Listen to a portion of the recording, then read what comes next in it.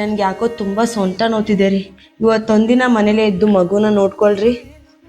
ನಿನಗ್ ಸೊಂಟ ನೋವು ಅಂದ್ಬಿಟ್ಟು ನಾನ್ ರಜಾ ಹಾಕ್ಬಿಟ್ಟು ಮನೇಲಿ ಕುತ್ಕೊಂಡು ಮಗು ನೋಡ್ಕೊಳಕ್ ಆಗಲ್ಲ, ಆಯ್ತಾ? ಹೋಗ್ಲಿ ಬಿಡ್ರಿ, ನಾನೇ ನೋಡ್ಕೊತೀನಿ. ಆದ್ರೆ ಇವತ್ತೇನೂ ಮಾಡಿಲ್ಲ ತಿಂಡಿಗೆ. ಆಚೆ ತಿನ್ಕೊಂತೀರಾ? ನಾನು ಹೊರಗಡೆನೆ ತಿನ್ಕೊಂತೀನಿ ಬಿಡು. ರೀ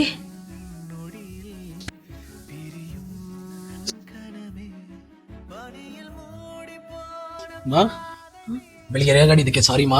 ಪರವಾಗಿಲ್ಲ ರೀ. ಇನ್ನು ಸೊಂಟ ನೋವ್ತಾ ಇದ್ಯಾ? ನಿಂಗೊಂದ್ ಜಾಗಕ್ಕೆ ಕರ್ಕೊಂಡು ಹೋಗ್ಲಾ? ಇಲ್ಲಿಗೆ?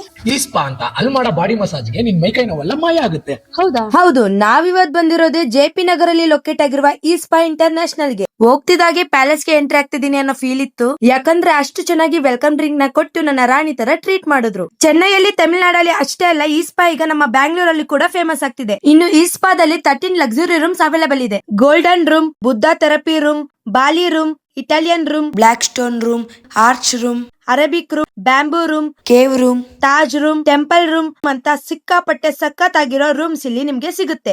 ಮತ್ತೆ ನಮ್ಗೆ ಇಲ್ಲಿ ಗೋಲ್ಡನ್ ರೂಮ್ ನ ಸಜೆಸ್ಟ್ ಮಾಡಿದ್ರು. ಇನ್ನು ನಾನು ಕೂಡ ಮಸಾಜ್ ಮಾಡಿಸ್ಕೊಳ್ಳೋಕೆ ರೆಡಿ ಆದೆ. ಅವ್ರು ಮಾಡಿದ ಮಸಾಜ್ಗೆ ನನ್ಗೆ ನನ್ನ ಹಸ್ಬೆಂಡ್ ಗೆ ಕೈಕಾಲ್ ನೋವು, ಸೊಂಟ ನೋವು, ಬಾಡಿ ಪೇನ್ ಇದ್ದಿದ್ದೆಲ್ಲ ಚೆನ್ನಾಗಿ ಮಾಯ ಆಗೋಯ್ತು. ಯಾಕಂದ್ರೆ ಅಷ್ಟು ಚೆನ್ನಾಗಿ ಮಸಾಜ್ ಮಾಡಿದ್ರು. ತುಂಬಾನೇ ಬಾಡಿನ ಸ್ಟ್ರೆಚ್ ಮಾಡಿಸಿ ರಿಲ್ಯಾಕ್ಸ್ ಮಾಡಿಸಿದ್ರು.